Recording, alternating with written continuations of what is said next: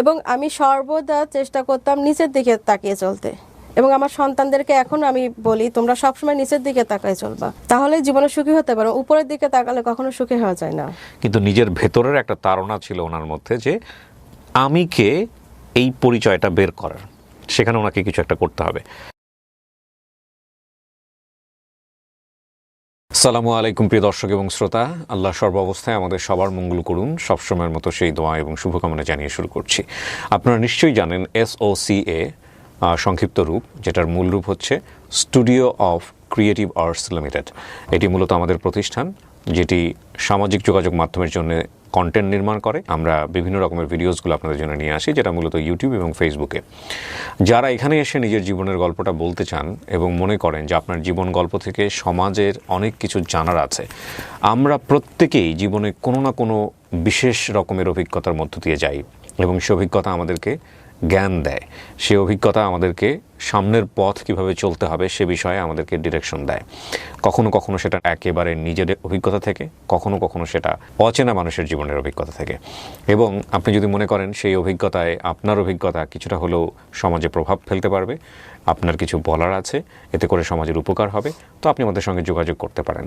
So আমাদের এখানে যোগাযোগ করার জন্য একটা মেইল অ্যাড্রেস আছে, sharemystory24@gmail.com। ভিডিওর কোণে এটা ফিক্স করে দেওয়া আছে, প্রত্যেকটা ভিডিওর কোণাতে। এবং আমাদের একটি ফোন নম্বরও আছে 09639888777। এই নম্বরে ফোন দিয়ে বললেই হবে যে আমি আমার জীবন গল্প বলতে চাই, আমরা আপনাদেরকে অফিস থেকে কল করে বিস্তারিত জেনে নেব। তো আজকে আমাদের সঙ্গে কে রয়েছেন একটু জানার চেষ্টা করি। আপনার নামটা একটু বলেন। মওদুদা জিন্নাত নিতু। বয়স কত বর্তমানে? 35। জন্ম জেলা? কুষ্টিয়াতে। নিতু শুরু করেন, আমি শুনবো আপনার গল্প। আমার ছোটবেলাটা নানি বাড়িতে বেশি কাটছে। মামাদের খুব আদরের ভাগ্নি ছিলাম আমি। এমন কোনো ঈদ ছিল না যে আমি না গেলে তাদের ঈদ হতো না। আচ্ছা, মামারা খুব আদর করতো? হ্যাঁ, মামারা খুব আদর করতো। আচ্ছা। তা আমার বয়স যখন 6 বছর তখন আমার আব্বু মারা যায়। ও, সে কারণেই হয়তো বা একটু বেশি অ্যাটেনশন দিত আপনাকে। জি। আপনারা কয় ভাই বোন? আমরা 2 বোন। আপনি বড়? জি জি। তার মানে আপনার বোনটা যেটা ছোট ছিল সেটা আরো অল্প বয়সে তো মারা গেছে? বয়স 3.5 বছর ছিল। 3-3.5 বছর। কি করতো আপনার বাবা? আব্বু ব্যবসা করতো। আচ্ছা, তারপর? আব্বুর বয়স তখন মেবি 30-32 এমন হবে। কিভাবে মারা গেলেন? স্ট্রোক করছিল। স্মৃতি আছে কি, মনে পড়ে বাবার সঙ্গে কোনো কিছু? ওইভাবে কিছু মনে পড়ে না, শুধু মনে পড়ে যেদিন মারা যায় প্রথম রোজা ছিল। হ্যাঁ। তো ওই দিন আমাকে বলছিল যে আমাদের যে কর্মচারী ছিল ব্যবসার ওখানে, ওকে বলছিল যে তুমি ওর সঙ্গে যাও, যে দাদি বাড়ি থেকে স্পেশাল যে আমাদের যে পিওর মশলাগুলো থাকে, সরিষার তেল, হলুদ, রান্নার যাবতীয় জিনিসগুলো তুমি নিয়ে আসো। তো আমি ওর সঙ্গে যাই, দাদি বাড়িতে যে বসছে আমাকে নাস্তা দিছে। তখনই একজন যে বলে, আব্বুর নাম ছিল সরোয়ার, যে সরোয়ার মারা গেছে। ওহো। পরে আমি চাচুর সঙ্গে বাসায় আসলাম। আসার পরে দেখি যে অ্যাম্বুলেন্স দাঁড়ায় আছে। আব্বুকে, আমাদের তখন দোতলা বাড়ি ছিল, নিচতলাতে উঠানের উপর রেখে দিছে। নিজেদের বাড়ি? জি, নিজেদের বাড়ি। কিসের ব্যবসা ছিল আপনার ব্যবসা? আব্বুর ব্যবসা ছিল আপনার কীটনাশক, সার, সিমেন্ট, রড। ও আচ্ছা আচ্ছা আচ্ছা। আমাদের এলাকাতে বেশ একটা প্রভাবশালী ছিল, মোটামুটি নাম করা একজন ব্যবসায়িক ছিল আব্বু। আব্বু গোসল বাথরুমে নাকি গেছে, যাওয়ার পরে একটু খারাপ লাগছে, আম্মু এসে বিছানায় শোয়াই দেওয়ার পরই মারা গেছেন। টাইম নেয়নি। আব্বু মারা যাওয়ার পরে পুরো সংসারটা আম্মুর উপরে চলে আসে।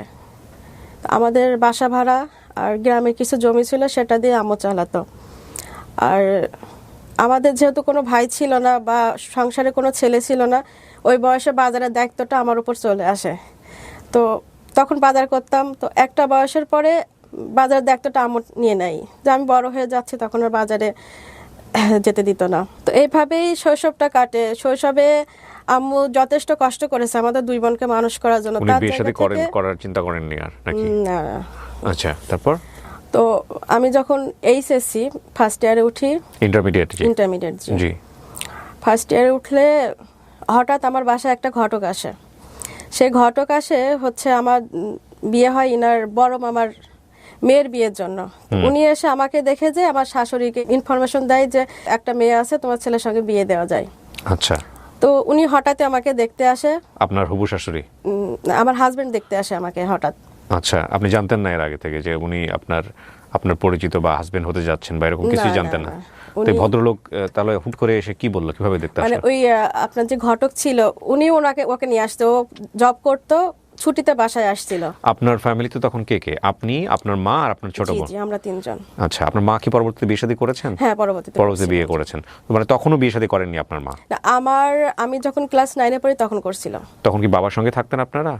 উনি উনি আমাদের বাসাতে সপ্তাহে 2 দিন আসতেন। আচ্ছা, তো ওনার সঙ্গে আপনার সম্পর্ক ওনার সঙ্গে আমার খুবই ভালো সম্পর্ক ছিলেন। উনিও মারা গেছে। এটার একটা বড় বিষয়, কিন্তু মানে বাচ্চা কাচ্চা যখন বড় হয়ে যায় তখন কিন্তু সাইকোলজিক্যালি একটা অনেক বড় ধাক্কা পায় এবং অনেক সময় তারা রিসিভ করতে চায় না, মানে এই যে মায়ের দ্বিতীয় বিবাহ বা বাবার দ্বিতীয় বিবাহ, এটা রিসিভ করতে চায় না, যে কারণে আমার এই প্রশ্নটা করা। জি, আপনার বয়স অল্প ছিল যে কারণে ওনার হয়তো সঙ্গে আমার এত ভালো একটা সম্পর্ক ছিল ভাইয়া, মানে ওনার নিজের সন্তানের থেকে উনি আমাকে বেশি ভালোবাসতো।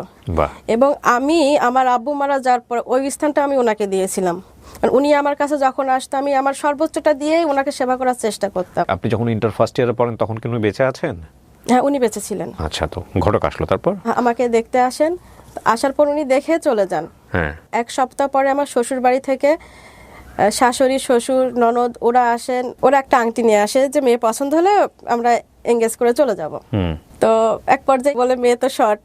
তো উনি চলে যাওয়ার পরে বিয়ে হবে হবে না এইভাবে চলতেছে। ছেলে কি করতো? একটা ওষুধ কোম্পানিতে জব করতো। আপনার চেয়ে বয়সে কত বড়? আমার থেকে 16 বছর হবে। 16 বছরের বড়। তারপর হবে হবে এমন করতে করতে 25-26 দিন পরে হঠাৎ করে ডেট হয়, বিয়ে হয়ে যায়। বিয়ে হওয়ার ডেট হয়। আপনার নিজের কোনো পছন্দ ছিল না? নিজে আপনি ছেলেকে দেখে আপনার কোনো বক্তব্য ছিল না? ওইভাবে বক্তব্য আমার কাছ থেকে নেয়নি, যেহেতু মামারা ছিল, আম্মু ছিল, আর আমাদের তো ভাই অভিভাবক বলে তো কেউ ছিল না ওই মুহূর্তে। হ্যাঁ, কিন্তু আপনার নিজের ভালো লাগারও তো একটা ব্যাপার থাকে। আপনি ইন্টার ফার্স্ট ইয়ারে বা আসলে ওই পড়ছেন, সময়টা ওইভাবে কোনো কিছু ওই সময় বুঝতাম হিরোদের না। ভালো লাগে, সিনেমার হিরোদের ভালো লাগে, এখন ওই জিনিসটা আসে ফ্যান্টাসির ভিতরে, মনে হয় এখন বুঝি, কিন্তু তখন ওইভাবে বুঝতাম না। তো যার সঙ্গে বিয়ে দিত তার সঙ্গে বিয়ে করে হ্যাঁ, ফেলতেন। অদ্ভুত না? এই যুগ কি এখন আছে? এটা বাংলাদেশের ছেলেমেয়েরা এটা করে, আমি ঠিক জানি না। ওকে, তারপর কি হলো? 21 দিন পরে বিয়ে ঠিক হলো। জি জি। তারপর ঘটক এসে ডেট দিল যে এইভাবে অমুক তারিখে আমরা আসবো, এসে বিয়ে হবে। তো ওনারা আসলো, এসে বিয়ে হয়ে জামাইকে রেখে চলে গেল সবাই। উনি পরের দিন চলে যায়। আচ্ছা। তখন উনি জব করতো আপনার ব্রাহ্মণবাড়িয়াতে। আচ্ছা। আমার বড় ভাসুর থাকে দুবাইতে। তো উনি যেহেতু বিয়েতে অ্যাটেন্ড ছিলেন না, ওনার কথা ছিল যে 3 মাস পরে এসে আমার বিয়েটা উঠাবে। তো এর মাঝে আর আমি একটু অসুস্থ হয়ে যাই, যার কারণে ওদের বাড়িতে চলে যাই, আর উঠানো হয়নি। তো পরবর্তীতে আসে ওনারা, এসে আমাকে নিয়ে যায় কয়েকজন মিলে, আমি ওখানে যাই। যেহেতু আমরা 3টা মানুষ একসঙ্গে থাকছি, আমি বাইরে তেমন চলাফেরা করি নাই, মানুষ সম্পর্কে এত বুঝতাম না। আর আমার শ্বশুর বাড়িতে ওরা 17 জন 18 জন এমন থাকতো, মানে সবসময় 14 জন থাকতোই। Joint family? হ্যাঁ, জয়েন্ট ফ্যামিলি। ওরা হচ্ছে 6 ভাই 1 বোন, শ্বশুর শাশুড়ি তখন বেঁচে ছিল। জি।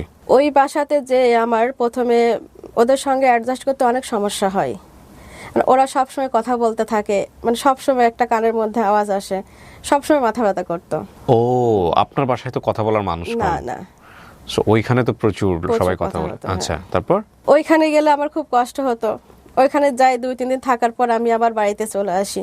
বাড়িতে এসে 2-3 দিন থাকার পর ওখানে যাই, এভাবে আসা যাওয়া করতে থাকি। একদিন আমাকে হঠাৎ নিয়ে গেছে ওনাদের বাড়িতে, রাত্রে আমি ঘুমাই আছি। আমার শ্বশুরের একতলা বিল্ডিং ছিল, পুরাতন একটু ছিল, ওটা মাঝে আপনার খসে খসে দেওয়াল পড়ছিল মাঝে মাঝে। তো ওইখানে আমি ঘুমাই আছি, বৃষ্টি হচ্ছে বাইরে, হঠাৎ দেখি পায়ের কাছে পানি পানি। তাই আমি ভাবছি কি ব্যাপার, পায়ের কাছে পানি এই মাঝ রাত্রে, বুঝতে পারছি না। কিছুক্ষণ পরে বুঝতে পারলাম যে ছাদ থেকে আপনার পানি পড়ছে। মানে ছাদ বলতে কি এটা কি কংক্রিটের ছাদ ছিল? হ্যাঁ হ্যাঁ। নাকি আপনার এই যে কোনো রকম টিন দেওয়া না না, ছাদ? কংক্রিটের ছাদ? জি জি। তাহলে তো ওইটা আমার শ্বশুর করছিল মেবি 61 কি 65 সালে হবে। ও, মানে এত পুরনো বাড়ি। হ্যাঁ, উনি ওখানে নিজে আপনার ইটের যে ভাটা বলে, নিজেই ওখানে ইট পুরাই নিজেই করছিল বিল্ডিংটা। আচ্ছা আচ্ছা। আমি তো আম্মুর মানে আদরেই ছিলাম, তো কখনো আম্মু আমাকে দিয়ে রান্না বাসার কোনো কাজ করায়নি। তো শ্বশুর বাড়িতে যাওয়ার পরে আমার বড় ভাসুর আসছে দুবাই থেকে, উনি ওনার মিসেসকে নিয়ে ওনার শ্বশুর বাড়িতে বেড়াতে যায়। যাওয়ার পরে আমার শাশুড়ি বলে রান্না করতে হবে, বউ বলতে আমি তখন ওইখানে। আমি বলছি মা আমি তো রান্না করতে পারি না, কাটতেও পারি না। তো বলে তুমি আসো আমার পাশে, এখানে বসো, আমি তোমাকে দেখাই দিচ্ছি। তো উনি আমাকে সবজি কাটা দেখাই দেয়। আমি তখন থেকেই মানে আমার টুকিটাকি রান্না ওখান থেকে শুরু। তো এইভাবে যাওয়ার পরে আমি প্রথম যে শবে বরাতটা হয়, আগের দিন উনি আমাকে আনতে গেছে, আমি আসবো না, আমি কোনোভাবে যাব না। তো উনি আমাকে খুব প্রেশার করছে, ওনার মা যেহেতু বলছে যে যেতে হবে, তো আমাকে নিয়ে যেতেই হবে। তো আম্মু বলছে না তুমি ওকে নিও না, পরের বার নিয়ে যাও, যেহেতু যেতে চাচ্ছে না যেতেই হবে। চলে গেছি, যাওয়ার পরে দেখি আপনার তখন তো মানে সকাল থেকে শুরু হতো ওখানে রুটি বানানো, আমাদের ওইদিকে প্রচলন আপনার রুটি সুজি এগুলো বানিয়ে আশেপাশে মানুষকে দেওয়া, তারপর গরিব মানুষ যারা আসবে তাদেরকে বিলিতন করা। যে দেখি আপনার অনেক আটা সিদ্ধ করে রেখে দিয়েছে, রুটি বানাতে হবে। তো আমার বড় যা ওনাকে ভাবি বলে, ভাবি বলছে রুটি বানাও। তা আমি বলছি ভাবি আমি তো রুটি বানাতে পারি না, কখনো তো বানাইনি। তো বলে তাহলে রুটিটা ভাজো তুমি। আমি বলছি আমি তো রুটি ভাজতেও পারি না। পরে বলে আমি তোমাকে দেখাই দিচ্ছি, উনি আমাকে দেখাই দেওয়ার পর রুটি আমি ভাজতেছি, ভাজতে ভাজতে ওই দিন আমার এশার আজান হয়ে গেছে। আমার হাজবেন্ড যখন ব্রাহ্মণবাড়িয়াতে ছিল, 1 মাস পর উনি ওই জবটা ছেড়ে অন্য একটা কোম্পানিতে ঢুকে উনি ওখানে চলে আসে, বাড়িতে থেকে জব করবে এই জন্য। উনি যখন ঝিনাইদহে চলে আসে তখন আমি পার্মানেন্ট ওখানে চলে যাই। তো ওখানে যাওয়ার পর আমার তো একটা থাকার একটা পার্মানেন্ট একটা ঘর দরকার। তো ওদের একটা বড় রান্নাঘর ছিল, ওই রান্নাঘরে কোনো রান্না টান্না কোনো কিছু হতো না, পড়ে থাকতো রুমটা। তো ওই রুমের মাঝে আপনার পার্টিশন দিয়ে দেয়, দেওয়াল গেঁথে দেয়, গেঁথে একটা রুম করে সাইডে, উপরে টিন থাকে, আর যে দেওয়ালটা মানে টিনের থেকে দেওয়ালটা আপনার এইরকম 1 হাত ফাঁক থাকে। শীতকালে কুয়াশা পুরো রুমের মধ্যে চলে আসতো। তো এইভাবে ওখানে 1 বছর থাকি আমি। আপনি এগুলো নিয়ে আপনার হাজবেন্ডকে কিছু বলতেন? ওনাকে বলছি, বাড়িতে বলছি, বাড়িতে আম্মুকে বলছি, আম্মু বলে হ্যাঁ আমি ঘর বানাই দিব, টাকা দিব, এরকমই বলতো আম্মু। তারপরে ওনার হচ্ছে কুষ্টিয়াতে আপনার কলেজে জব হয় কেমিস্ট হিসাবে। কেমিস্ট হিসেবে কুষ্টিয়া কলেজে? কুষ্টিয়া কলেজে। ওকে। তখন কুষ্টিয়াতে বাসা নিয়ে আমরা কুষ্টিয়াতে চলে আসি। তখন বাচ্চা কাচ্চা হয়নি? না, বাচ্চা কাচ্চা হয়নি। ওকে। ইন্টারমিডিয়েট পড়ার পরে আপনার আর লেখাপড়া হয়নি শ্বশুরবাড়িতে গিয়ে?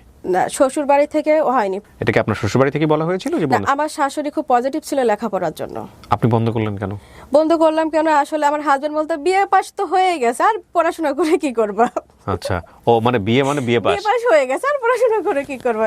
কিন্তু আমার শাশুড়ি সবসময় বলতো পড়াশোনা করতে হবে। তারপর আপনারা চলে আসলেন? হ্যাঁ। তারপরে আমি কুষ্টিয়াতে চলে আসি। আসার পরে উনি কলেজে জব করেন, পাশে টিউশনি করাতেন। পার্ট টাইম আর একটা কলেজে উনি কুষ্টিয়া পুলিশ লাইন কলেজ, ওখানে জব পান। বেশ ভালোই চলছিল সংসার। এর মাঝে আমার ছেলে আসে দুনিয়াতে। ও যেহেতু সিজারিয়ান বেবি ছিল, 6 মাস আপনার বেড রেস্টে থাকা লাগে। তো ও যখন 6 দিন বয়স, সেদিন আমার ইনফেকশন হয়ে যায়। 22 দিনের দিন আমি সুস্থ হই ওটা থেকে। তো আম্মু ছিল আমার বাসায় তখন, আম্মু আর ছোট বোন। 25 দিন সিজারের বয়স, তখন আমার পক্স হয়। বোনের বিয়ে হয় নাই, বললো যদি এখন হয় ওর মুখে দাগ হয়ে যাবে, বিয়ে হতে সমস্যা হবে, আমি চলে যাই। তো উনি চলে যায়। আস্তে আস্তে বলা কিন্তু কত কষ্টকর গল্পগুলো। হয়তো তার জায়গা থেকে সে ঠিকই ছিল। আমার পাশে যে আপু থাকতো, আমার হাজবেন্ডেরই বান্ধবী, ওনার 2টা মেয়ে ছিল, 2.5 বছর হবে ছোট মেয়েটার বয়স। ওই সময়টা ও সাপোর্ট দিয়েছে আমাকে, ওর মেয়েকে পাঠাই দিয়েছে তুমি থাকো, আন্টি কাজ করে নিক। ওই আমার পক্স অবস্থাতেই কাজের উপর সব করে দিয়ে যেত, কিন্তু রান্নাটা তো আমাকে করাই লাগতো। তখন আর কারোর পক্স হয়নি, শুধু আমার থেকে ওটা শেষ হয়েছে। তারপর বাচ্চা যখন একটু বড় হয়, আমি লোক মারফতে শুনতে পারি ওর বাবা পার্টনারে বিজনেস শুরু করেছে। এর আগে আপনাকে কিছু বলে নাই? না। তারপর উনি আমার কাছে বলে যে ওনাকে আমি পার্টনারশিপে ওনার সঙ্গে বিজনেস করছি, আমি টাকা দিয়েছি। ওনাকে আমার বাসায় নিয়ে আসে। উনি আসার পর আমাকে আমার সঙ্গে ওনার বোন পাতায় সম্পর্ক, যে তুমি আমার ছোট বোন, আমরা ব্যবসা শুরু করছি। প্রায় দিনই বাসায় আসে, আমি দলিল দেখি, দলিল নিয়ে আসে যে তারা পার্টনারশিপে চুক্তিবদ্ধ হবে। তো এভাবে কিছুদিন যাওয়ার পরে, কয়েক মাস যাওয়ার পরে শুনতে পাই যে উনি আর ওনাকে রাখেননি। মানে আপনার হাজবেন্ডকে বিজনেসে রাখেননি? না, উনি পার্টনারশিপে রাখেননি এবং টাকা আর ব্যাক দেননি। কত টাকা ইনভেস্ট করেছিল উনি ওখানে? মেবি 50,000 করছিল। 50,000? তারপরে নেক্সট উনি কুষ্টিয়াতে হামদাদের যে একটা ডাক্তার ছিল, ওনার সঙ্গে আবার শুরু করেন সেম বিজনেস করার দরকার কি ছিল? উনি তো ভালোই জব করছেন। ওনার হয়তো এটা নেশা, মানে শখ ছিল যে বিজনেস করবেন। আচ্ছা, উনি কেমিস্ট থেকে পড়েছে, ওটা ওনার ছিল যে আমি এটার উপরে কিছু করব। ওকে। তারপর ওনার সঙ্গে বিজনেস পার্টনারে শুরু করার পর উনি মাত্র 25,000 টাকা ওনাকে দিয়েছিল।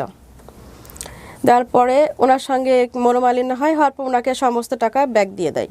দেওয়ার পর উনি নিজেই সম্পূর্ণটা শুরু করে। যেহেতু উনি কলেজে জব করতো, আপনার টিউশনি করতো, সব কিছু মিলাই ব্যবসার ওই জায়গাটাতে সম্পূর্ণ সময় দিতে পারতো না। হুম। ওই মুহূর্তটা উনি সম্পূর্ণ কর্মচারীর উপরে ছেড়ে দেয়। ওকে। দেওয়ার পরে কর্মচারী কি করতো, আপনার ওইগুলো নিজে নিজে মার্কেট করতো, এবং এমনও হয়েছে ও কর্মচারী লুকায়ে সেইগুলো নিয়ে যে বাজারে বিক্রি করে দিয়েছে, জানতো না। হুম হুম। আর দ্বিতীয়ত উনি মার্কেটিংয়ের জন্য আপনার অনেকগুলো ডাক্তার রিপ্রেজেন্টেটিভ মার্কেটে দেয়, এবং অনেকগুলো ডাক্তারের সঙ্গে চুক্তিবদ্ধ হয় যে ফ্রিজ দেবে, এত টাকার অ্যামাউন্ট তুমি মাল চালাবা, তোমাকে আমি ফ্রিজ দিব, টিভি দিব, এমন করে। তো ডাক্তাররা কি করে, দেখা যাচ্ছে 5,000 কি 10,000 টাকার প্রোডাক্ট কেনার পরে তাদের ওই ফ্রিজটা নেওয়া হয়ে গেলে আর চালায়নি।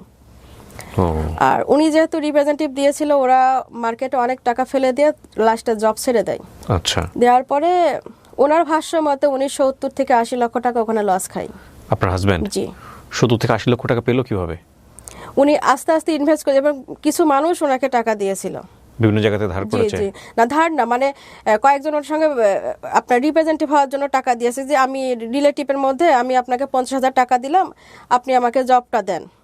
কিন্তু ওরা মার্কেটে আপনার 1 লাখ টাকা মাল ফেলে যাওয়ার সময় 50,000 টাকাও ঠিকই নিয়ে গেছে, এর সম্পূর্ণ টাকা আপনার মার্কেটে পড়ে গেছে, উঠাতে পারেনি। তখন তো উনি দিশেহারা হয়ে যায়, কি করবে? চাকরি ছেড়ে দিয়েছে ততদিন? না, চাকরি চলছে, চাকরির পাশাপাশি চলে বিজনেস। পাশাপাশি ওকে। কয়েকটা ব্যাংক থেকে লোন নেয়, চাকরি টাকা, প্রাইভেটের টাকা, এগুলো দিয়ে উনি আস্তে আস্তে ওইগুলো টাইম নেয় সবার কাছ থেকে নিয়ে ওইগুলো শোধ করে আস্তে আস্তে। আমার ছেলে তখন স্কুলে পড়তো, সংসারে এতটা টানাপোড়েন হয়ে যায়, 1 বছর আমি ছেলেকে স্কুলে যাওয়া বন্ধ করে দিয়েছিলাম। এত খারাপ অবস্থা? জি। কিন্তু কখনো আমি আমার আত্মীয়কে জানাইনি, হয়তো এই শোটা দেখার পর অনেকেই জানবে। তারপর আস্তে আস্তে যখন পরিবেশটা আমাদের দিকে চলে আসে, তখন পরের বছর ছেলেকে আবার আমি স্কুলে পড়াই। ছেলে যখন ছোট থাকে তখন আমি এইচএসসিটা আবার ভর্তি হই। কোন, ওর বয়স কত তখন? 1.5 বছর। আচ্ছা, আবার ইন্টারে ভর্তি হন? জি। আপনার ইন্টার কত সালে পাস করছেন আপনি? 11তে। বাসায় যেহেতু আমি একাই থাকতাম, বাসার বাজারটা আমাকে করা লাগতো, রান্না করা লাগতো, ছেলেকে সামলানো লাগতো, তারপর লেখাপড়া করা লাগতো। তো ইন্টার পাস করার পর শখ জাগলো যে আমি বিবিএ কমপ্লিট করব, বিবিএ পড়বো। তখন কি আপনার জামাইয়ের বিজনেস লস নাকি বিজনেস চলতেছে? কাটাই অনেকটা উঠে গেছি আমরা। তারপর আমি বিবিএ ভর্তি হই, আপনার বিবিএটা কমপ্লিট হলো। বিবিএটা কোথায় পড়লেন? এআইইউবিতে। এআইইউবিতে। বিশেষ করে আমার পড়াশোনাটা শুরু করছিলাম আমি, আমার আত্মীয়স্বজন আমাকে কটু কথা বলতো, ও এসএসসি পাস করেছে, ওর তো কোনো শিক্ষাগত যোগ্যতা নাই, মানে এইভাবে আমাকে হেয় প্রতিবন্ধকতা করতো সবসময়, খুব ছোট করে দেখতো আমাকে। এবং আমার আত্মীয়স্বজন, ওদের আর্থিক অবস্থা অনেক ভালো ছিল, ওদের এই কটু কথার কারণে আমিও ভাবতাম যে না, আমার কিছু করতে হবে। তো বিবিএটা আমার যখন কমপ্লিট হলো, তারপর আমি ভাবলাম স্টুডেন্ট ভিসাতে অস্ট্রেলিয়াতে যাব। এই বাচ্চা কাচ্চা রেখে? তখন মেয়ে ছোট ছিল। ওকে। আমার ওর বাবা বলে ঠিক আছে তুমি যাও, কিছুদিন পরে বাচ্চাদেরকে নিয়ে যেতে পারছো, তাহলে আমরা যেতে পারবো। উনি আমাকে এই কথা বলে, এখন ওনার মনের কথা কি বাহিরের কথা এটা আমি জানি না ভাই। ওকে ওকে। বলার পর উনি আমার সঙ্গে যে নিজেই পাসপোর্ট করায় নিয়ে আসলো। আনার পরে হঠাৎ আম্মু একদিন ফোন দিয়েছে, অস্ট্রেলিয়াতে যাওয়া যাবে না, দেশের বাইরে কোথাও যেতে পারবে না, যেটা করতে হয় দেশে থেকে তোমাকে করতে হবে, সেটা যে কাজ হোক। বিভিন্ন কথাবার্তা, কথা কাটাকাটি হতে হতে মনে থেকে তখন উঠে গেল না, যাবোই না অস্ট্রেলিয়াতে আর। তারপরে চিন্তা করলাম যে যখন ওখানে যাওয়া হলো না, তাহলে আমি দেশেই কিছু করতে থাকি, ব্যাংক জব যদি হয়, ব্যাংক জবের জন্য আমি ট্রাই করতে থাকি। তখন হাজবেন্ড কি করেন? উনি কলেজে, এখনো কলেজে আছে। আচ্ছা, উনি কলেজে পড়াচ্ছেন বা কলেজে কেমিস্ট। হ্যাঁ। তো তখন আমি ব্যাংক জবের জন্য ট্রাই করতে থাকি, এবং মাঝে আমি কুষ্টিয়াতে একটা স্কুলে জব নিই। মানে জব নেওয়াটা কি খুব প্রয়োজন ছিল সংসার থেকে, নাকি আপনার কাছে মনে হচ্ছে? আর্থিক প্রয়োজন ওইভাবে না, কিন্তু আমি মানে ডিপ্রেশনের এত শেষ পর্যায়ে চলে গিয়েছিলাম ভাইয়া, আমার ভালো লাগতো না। ডিপ্রেশন কেন আসলো? ডিপ্রেশন কেন হতো, আমার ভিতর সবসময় কাজ করতো আমার কি পরিচয়, আমার কি আছে, আমার কোনো কিছু নাই। আমার যে নিতু নাম, এই নামটাও হারাই যাচ্ছে, কেউ আমাকে নিতু বলে ডাকে না, তো ডাকে হচ্ছে কি অমুকের মা? আমাকে উস্মিকের মা বলে ডাকে। উস্মিক আপনার ছেলের নাম? জি জি, মিশকার মামনি বলে ডাকেন। আমি হারাই যাচ্ছি। আচ্ছা। স্কুলটাতে ঢুকি, তো বাসায় সবকিছু ঠিকঠাক করে আমি যেতাম 3 ঘন্টার জন্য। বাসায় এসে আপনার পুরো পরিবেশ অন্যরকম দেখতাম। ছেলে মেয়ে ওরা তো ওদের মতো থাকতেই পারে, তারপর ওদের মতো থাকে, হয়তো কোনো সময় বাবাকে যে বল বাবা এটা করতে হবে, ওটা করতে হবে, হয়তো এটাতেই তার বিরক্ত লাগতো।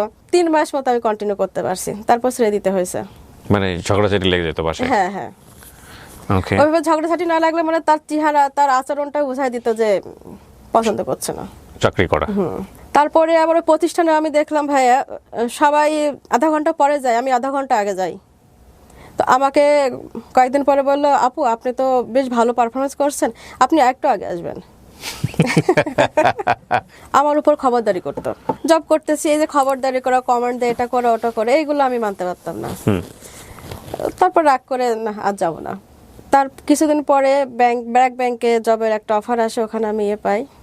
তারপরে আমি আর জবের দিকে যাইনি, যে না আমি এখন এই 3 মাসে আমার তো অভিজ্ঞতা হয়ে গেছে, জব আমি করতে পারবো না, আসলে পারবো না। ইভেন আমার আম্মু আমাকে বকাবকি করতো, ওদেরকে রেখে আমি স্কুলে গেছি। তারপর ডিসিশন নিলাম যে কিছু তো করতেই হবে আমাকে, করবো তো করবোই, আমি কি করবো আমি জানি না। এক পর্যায়ে ভাবলাম যে বিজনেস শুরু করব। কি বিজনেস শুরু করব আমি এটা এখনো বুঝতে পারছি না। মানে ফেসবুকে দেখি, ইউটিউবে দেখি বিভিন্ন রকমের বিজনেস। তো তারপরে এক পর্যায়ে মাথায় আসলো যে আমার হাজবেন্ড যেটা করতো ওটাই আমি নতুন করে আমার নাম দিয়ে নতুন করে শুরু করব। কি ছিল ওনার বিজনেস? ওনার বিজনেস ছিল অ্যানিম্যাল ফিড প্রিমিক্স। আচ্ছা, পশু খাবার প্রক্রিয়াজাতকরণ। পশু খাবার বানাতেন নাকি? পশু খাবার, জি, আমরা র মেটেরিয়ালস বাইরে থেকে নিয়ে এসে এটা প্রক্রিয়াজাত করে মার্কেটিং করি, মিক্স করে তারপরে মার্কেটিং করি। তো উনি যেহেতু ওখানে অনেক টাকা ধরা খেয়েছে, উনি তখন ওই মুহূর্তে আমাকে বলল যে তুমি যদি এই বিজনেসটা করো আমি সাপোর্ট দিতে পারি তোমাকে। তারপর আমি আস্তে আস্তে শুরু করি। কিভাবে শুরু করলেন? কত টাকা দিয়ে শুরু করলেন? 2.5 লাখ থেকে আমি শুরু করি। এটা নিজের যে গুছানো টাকা ছিল, আর কিছু আমার লোন ছিল। আমি এখন বর্তমানে যে বিডা, ওদের একটা প্রজেক্ট ছিল ইএসডিপি, ওখান থেকে কোর্স করছিলাম, করার পর ওরা ওখান থেকে আমাকে একটা লোন দিয়েছিল। আচ্ছা, ওইটা সঙ্গে আমার যে টাকা ছিল ওইটা দিয়ে আমি 2.5 লাখ দিয়ে শুরু করি 2019 সালে। কাউকে আমি বলিনি, আম্মুকেও জানাইনি আমি, যে আম্মুকে জানালে এখানেও সে আমাকে বাধা দেবে, আমাকে করতে দেবে না। প্রথমে আমি যেটা করি, আমার যে কারখানাটা নেওয়া হয় ওটা চুক্তিবদ্ধ করি। কত বছরের জন্য কাজ করব আমরা এখানে এভাবে? হ্যাঁ, আমাদের যে আপনার লিস্ট দেওয়া হয় সরকার থেকে মেশিনগুলো কেনার জন্য, ল্যাবের যে মেশিনগুলো, ওইগুলো আমরা পর্যায়ক্রমে কিনে সব লাইসেন্সগুলো প্রক্রিয়া সম্পূর্ণ করার পরে, মানে এগুলোকে আপনার হাজবেন্ড সাহায্য করছে আপনাকে? জি জি, basically he is a chemist, so উনি জানেন কিভাবে জিনিসগুলো করতে হবে। ওকে, সবকিছু করার পর মার্কেটে আমি যখন পা দিই সেই মুহূর্তে লকডাউন হয়। 19 সালের গল্প, 2019-20। তখন তো কুষ্টিয়ার এমন অবস্থা, আপনার বাসা থেকে কেউ বের হয় না। কিসের খাবার তৈরি করলেন আপনারা? এটা গবাদি পশুর। গবাদি পশু মানে কি? যে কোনো গবাদি পশু? গরু, ছাগল, হাঁস, মুরগি, সব? ছাগল সব। সব। ওকে, ম্যাটেরিয়াল কোথা থেকে নিয়ে আসতেন আপনারা? এগুলো মালয়েশিয়া থেকে আমরা ইম্পোর্ট করতেন। ওকে, মাত্র 2.5 লাখ টাকা দিয়ে শুরু করা সম্ভব হলো? ওটা আমি স্টার্ট করি এবং 1-2 মাস পরে আমাকে আবার ব্যাংক থেকে লোন নিয়ে লাগে। আপনি পেতেন কিভাবে? মালয়েশিয়া থেকে পরিচিত কেউ ছিল? হ্যাঁ, পরিচিত ছিল। ওকে, 1-2টা অর্ডার আসে। প্রথম অর্ডার আসে আমার 1200 টাকার একটা অর্ডার আসে ফেসবুকে। জি। তখন কি ফেসবুকে পেজ খুলেছেন? পেজ পরবর্তীতে খুলছি আমি। নাম কি পেজের? নিতুস এগ্রো ফার্মা। তারপর এমনও সময় গেছে আপনার কর্মী আসি নাই, লকডাউনে আসার কথা আসে নাই, দেখা যাচ্ছে কর্মীর ওই কাজটা আমার নিজেরও করতে হয়েছে। কখনো কখনো হাতে ফুসকা পড়ে গেছে কাজ করতে যে। এইভাবে করতে করতে আমরা আস্তে আস্তে আগাতে থাকি।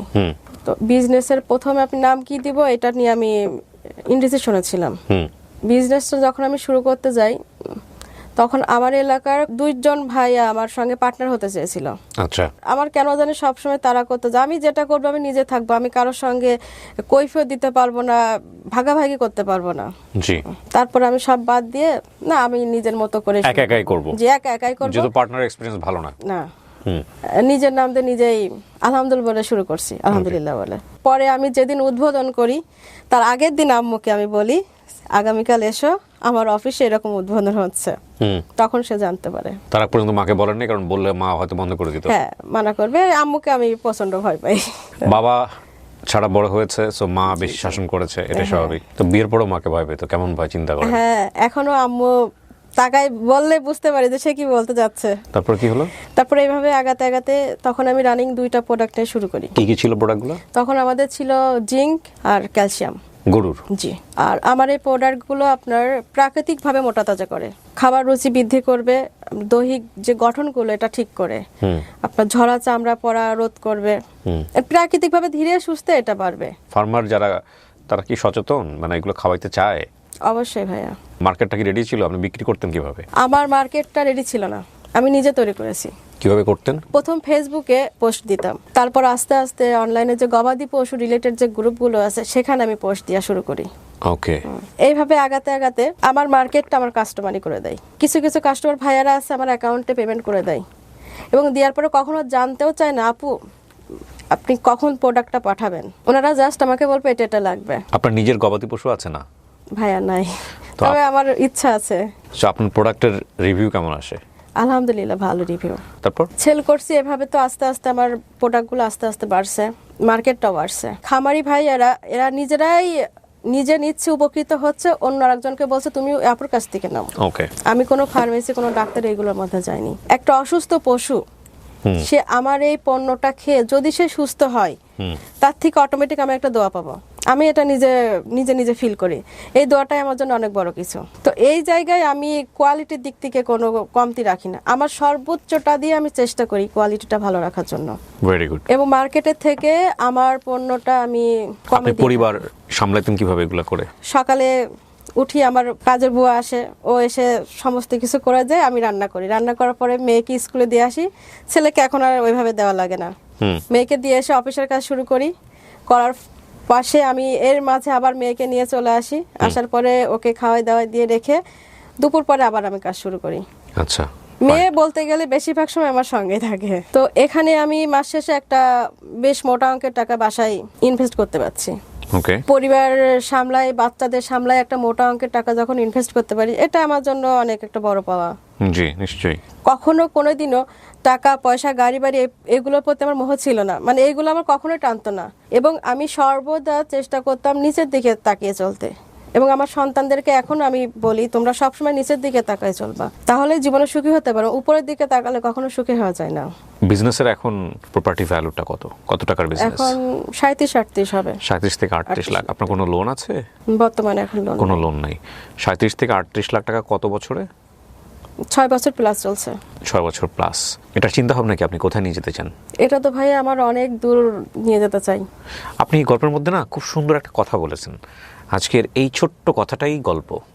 আমি জানি খুব অল্প সময়ের একটা স্টোরি এটা, কিন্তু উনি যে কথাটা বলেছেন এই কথাটার ওয়েট মানব জীবনে মারাত্মক রকমের। সেটা হচ্ছে উনি বলতেছিল যে আমার পরিচয় হারিয়ে যাচ্ছে, যে আমার নামটা পর্যন্ত হারিয়ে যাচ্ছে, আমি কে।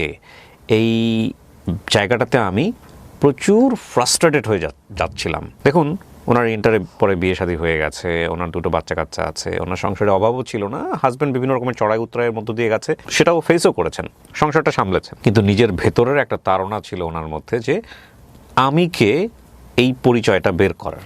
সেখানে ওনাকে কিছু একটা করতে হবে। 8-9 বছর পরে উনি ইন্টার পাস করলেন এবং তারপরে উনি বিবিএ করলেন। কুষ্টিয়া থেকে এসে উনি হলো ঢাকাতে এসে এআইইউবি না, জি, এখানে পরীক্ষা দিলেন, বিবিএ কমপ্লিট করলেন, অস্ট্রেলিয়াতে যাওয়ার চেষ্টা করলেন, সেটাও করতে পারলেন না। এবং তারপরে উনি হাজব্যান্ডের সেই বিজনেসের অভিজ্ঞতাকে কাজে লাগিয়ে প্রথম থেকেই আমি লসে নাই। সেখানে সে লসে নাই এবং সে এখন প্রায় 40 লক্ষ টাকার, এবং এটা আরও বড় জায়গায় যাবে। দেখেন বিজনেসের অ্যামাউন্টটা নিয়ে আমি কথা বলতে চাচ্ছি না, আমার সেটাও টার্গেট না আজকে। আমার টার্গেট হচ্ছে ওনার ভেতরের ক্ষুধা ছিল নিজের একটা পরিচয় দাঁড় করানোর, সেটার উনি রাস্তা খুঁজতেছিলেন। সেই রাস্তা কোনোটাই সহজ না। বাংলাদেশের বা আমাদের যেই সামাজিক অবয়ব, সেখানে একটা নারীর নিজেকে বিকশিত করা বা সমাজে কন্ট্রিবিউট করার যে অবস্থান তৈরি করাটা, সেটা মোটেও সোজা না। একটা হচ্ছে যে হ্যাঁ, সরকার বিভিন্ন রকমের ফ্যাসিলিটি দিয়ে রেখেছে মেয়েদেরকে এগিয়ে নিয়ে যাওয়ার জন্য, কিন্তু এই যুদ্ধটা না আপনি চোখে দেখতে পারবেন না। আপনি যত কিছুই বলেন না কেন চোখে দেখতে পারবেন না, কিন্তু মারাত্মক যুদ্ধটা। একটা হচ্ছে দেখেন উনি ওনার পরিবারের সাথে ম্যাচ করেই উনি ঘর থেকে বের হলেন, শেষ পর্যন্ত কিন্তু উনি বিজনেস করেছেন। সো হাজব্যান্ডের কোনো না কোনোভাবে সাপোর্ট ছিল।